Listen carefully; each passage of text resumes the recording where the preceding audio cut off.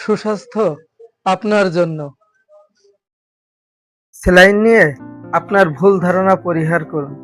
একটি স্যালাইনে আছে sodium chloride বা লবণের পরিমাণ ১.৩০ গ্রাম, চিনি বা গ্লুকোজের পরিমাণ আছে প্রায় ৭ গ্রাম। যাদের হাই প্রেশার আছে তারা তো লবণ খেতে পারবে না, আর যাদের ডায়াবেটিস আছে তারা তো চিনি খেতে পারবে না। এখন প্রশ্ন হলো, ডায়াবেটিস রোগী এবং হাই প্রেশারের রোগীর যদি ডায়রিয়া হয় তারা তো স্যালাইন খেতে পারবে না, আর এই ভয়েই তো অনেকে স্যালাইনই খায় না। তাদের জন্য বলছি, ডায়রিয়া হলে কোনো অবস্থাতেই স্যালাইন খাওয়া বন্ধ করা যাবে না।